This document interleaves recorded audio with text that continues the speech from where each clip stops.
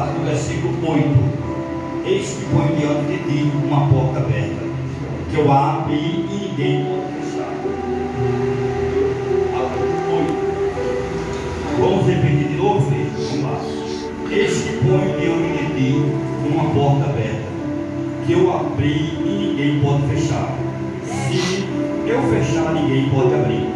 Conheço as tuas obras e sei que tu és fraco, mas por tu não ter negado o meu nome, eu guardarei no dia da grande tribulação.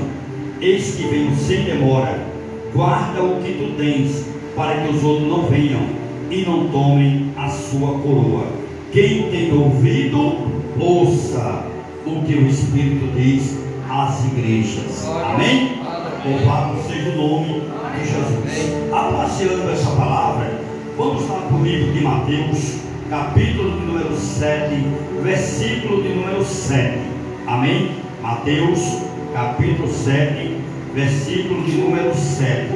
Louvado seja o nome do Senhor nosso Deus. Que diz assim a palavra do Senhor Jesus. Vou adiantar aqui, amém? Mateus 7, 7. Batei, batei, bate e a porta se abrirá. Batei e a se vos dá. Amém? Louvado seja Deus. Jesus, nesta noite, ele fala em sua palavra aqui, que é para nós continuar batendo, né? É perseverando, uma palavra assim mais atualizada, né? Para a gente entender melhor, mais claro, né? É perseverar, porque aquele que perseverar, com certeza receberá a vitória de Deus. Amém? Lá no livro de Hebreus, capítulo 10, versículo 36 e 37. Vamos caminhar um pouquinho aqui pela palavra devagarzinho, amém? Hebreus, capítulo 10, se vocês quiserem abrir aí para acompanhar, fica à vontade, amém? Hebreus, capítulo de número 10, versículo 36 e 37. Eu gosto de ser exegético, a arte de pegar um versículo, puxar o outro, combinando com aquilo que a gente vai falando, e ali a gente vai aplicando, né? A igreja vai entendendo e vai recebendo, amém? Hebreus capítulo 10, versículo 36 e 37. Diz assim a palavra do Deus Jeová, através do escritor desconhecido, amém? Até hoje ninguém sabe quem foi que escreveu o livro de Hebreus. Alguns chegam a dizer que tem um punho de Paulo, né? Mas não é bem verdade não, entendeu? É perseverar na fé. Vamos dizer assim, vamos repetir, diga: perseverar na fé. Perseverar e na tendo fé. perseverado na fé, Perseverado e na fé. feito a vontade de Deus, as promessas serão alcançadas, né? Alcançarão as promessas de Deus. Quer dizer, em outras palavras, você não precisa correr atrás da bênção. A bênção que vai correr atrás de você. Basta apenas você perseverar na fé. Amém? Este é o requisito e o mandamento de Deus: perseverar na fé. E tendo perseverado na fé e feito a vontade, o segundo requisito, pastor, e tendo feito a vontade de Deus, as promessas serão alcançadas. As promessas e alcançarão. Amém? São dois requisitos, são duas ordens de Deus, irmão. São dois mandamentos aí: perseverar na fé e fazer a vontade de Deus. Aí no 37, olha o que é que tem no 37: em um pouquinho de tempo, aquele que prometeu virá e não tardará. Amém? Diga para o seu irmão, para a sua irmã, a sua esquerda, a sua direita, diga: Jesus está voltando. É momento de se preparar. Vamos se preparar, igreja. Como a própria palavra de Deus diz: prepara-te em Israel para encontrar com teu Deus. Amém? Temos que se preparar, como uma noiva se prepara para encontrar com o noivo. Amém? O noivo ele fica esperando a noiva que vai vir de qualquer jeito, descabelada, né? Desarrumada, não vai vir linda, bonita, radiante, cheirosa, perfumada, né? Para o noivo receber. E o noivo também está elegante ali, lindo, bonito, cheiroso, bem arrumado, né? Esperando a sua noiva chegar também novo, né? Para assim ambos se unir e se tornar uma só carne. Amém? Louvado seja Deus. No livro de Salmos, capítulo 25, Salmos 25, verso 14, também o salmista diz assim, ó: Deus ele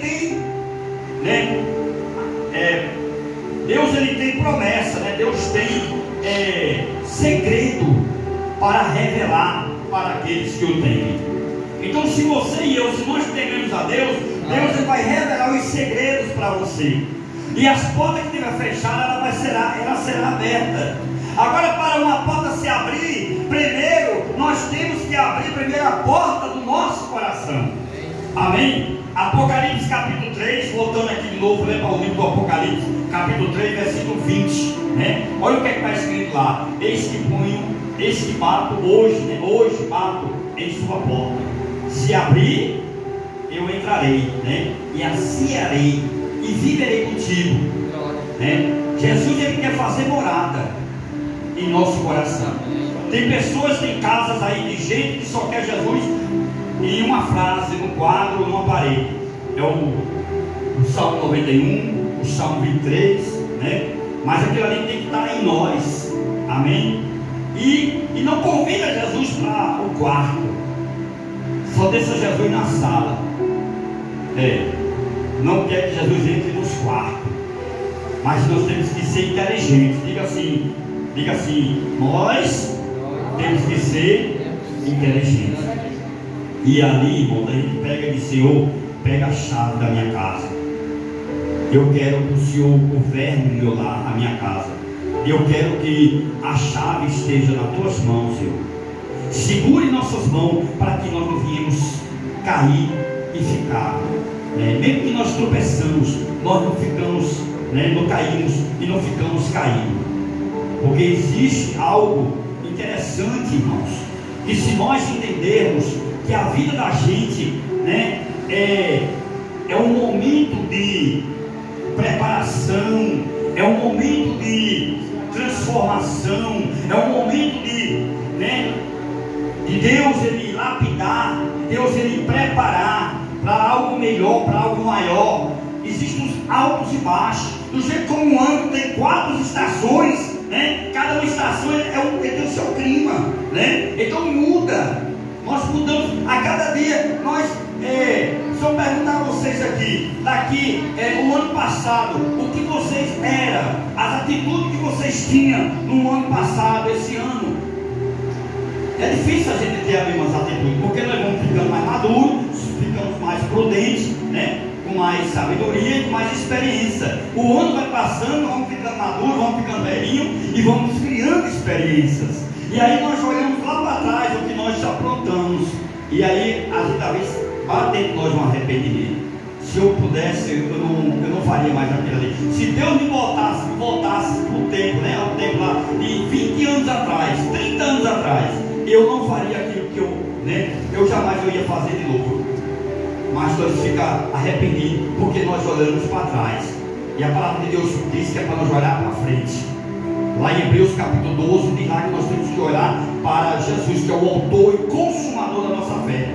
O Salmo 121 está lá escrito: releve os olhos para os montes, porque é de lá que vem o seu socorro. O seu socorro vem do Senhor que fez os céus e a terra. Amém? Então nós temos que olhar para Jesus, porque se nós tirar o olho, fazer como Pedro fez. Pedro ele olhou para Jesus, e quando olhou, Jesus pediu para que ele viesse até onde ele estava. Ele estava no meio do mar, ele estava nas águas, e a Bíblia fala que Pedro saiu de dentro do barco e caminhou sobre as águas e encontra Jesus. Mas quando ele olhou para a tempestade, sabe o que aconteceu, irmãos?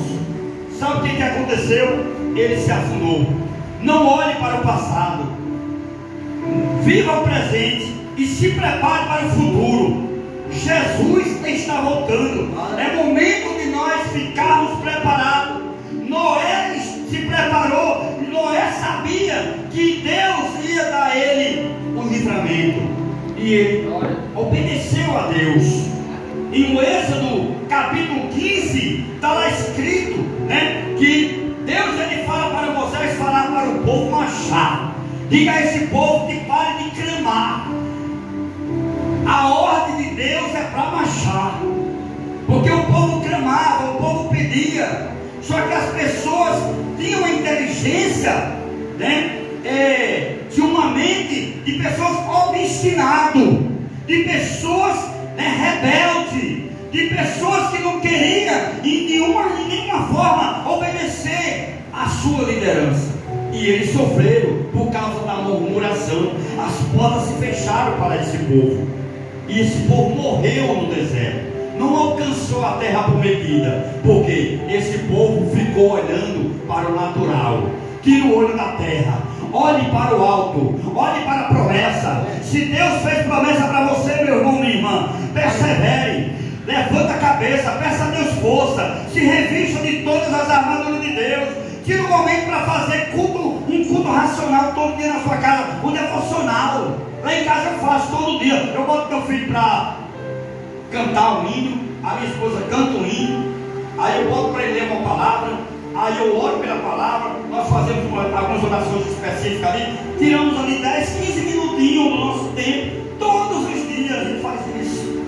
A gente não pode esperar, irmãos, para ouvir a palavra só na igreja. Porque na realidade a igreja é eu e você. Aqui é um templo onde foi construído para a gente se unir, para aprender um com o outro, para receber a vitória. Mas Deus, Ele quer ouvir você também em tua casa. Dobrar o joelho, orar, unir a família, fazer um devocional, buscar a presença de Deus. Aí as portas já vão se abrir. Essa é a primeira revelação da noite. Para a gente receber a vitória, temos que tirar de dentro de nós o fastio espiritual. Temos que tirar de dentro de nós a iniquidade, a incredulidade. Temos que crer que Jesus, Ele é o dom da vida, Ele é o pão da vida. Amém? Ele é a fonte da vida, Ele é uma água. Se nós beber dela, nunca nós vamos ter sede. Amém? Então nós temos que se alimentar bastante. O primeiro passo, a primeira atitude para uma porta se abrir para nós é a gente obedecer a palavra de Deus. Amém? Porque se nós não obedecer a palavra de Deus, as portas vão continuar fechadas. Existem 3 tipos de porta. Existe a porta do mundo, existe a porta da nossa casa, existe a porta do nosso coração. Então nós é que decidimos por onde Jesus vai entrar e qual porta que você vai abrir para Jesus entrar no seu coração.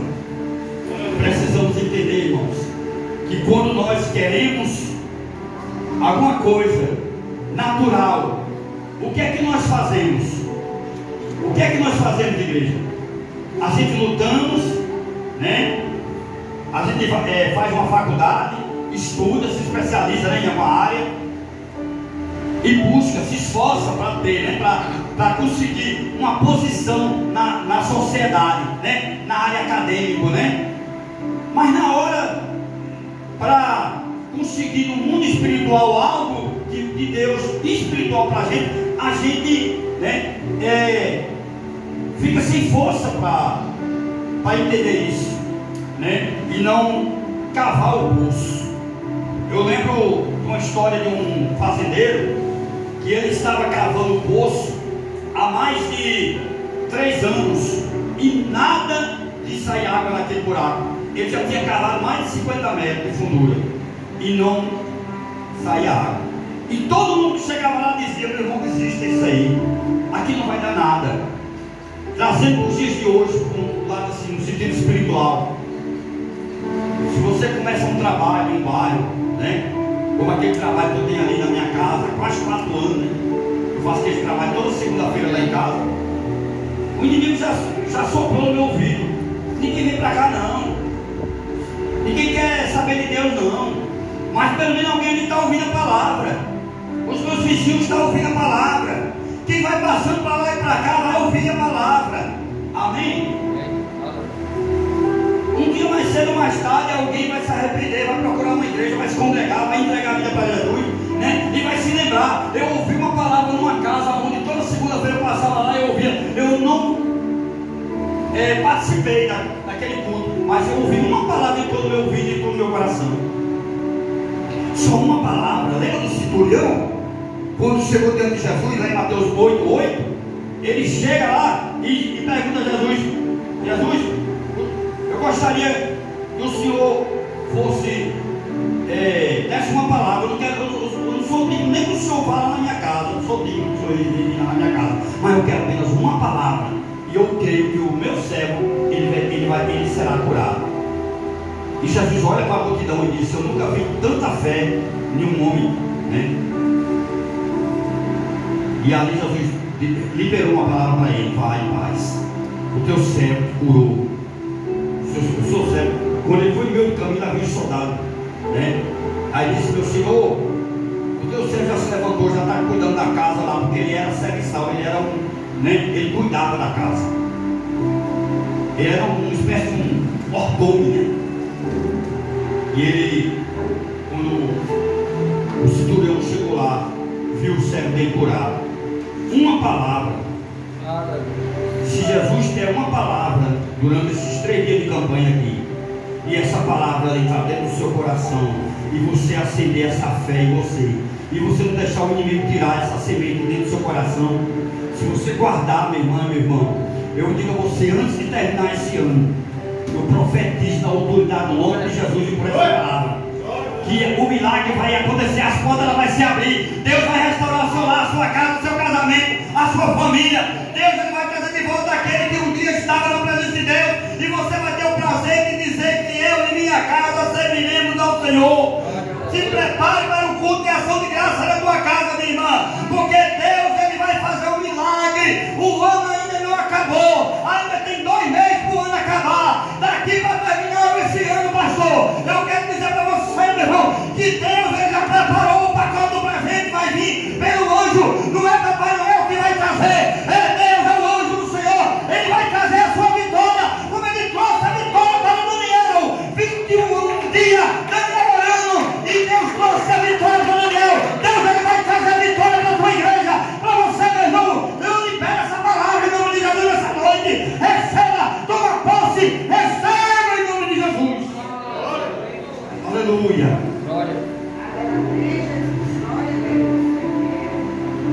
É 8h34, aqui 40 eu entrego o microfone, amém?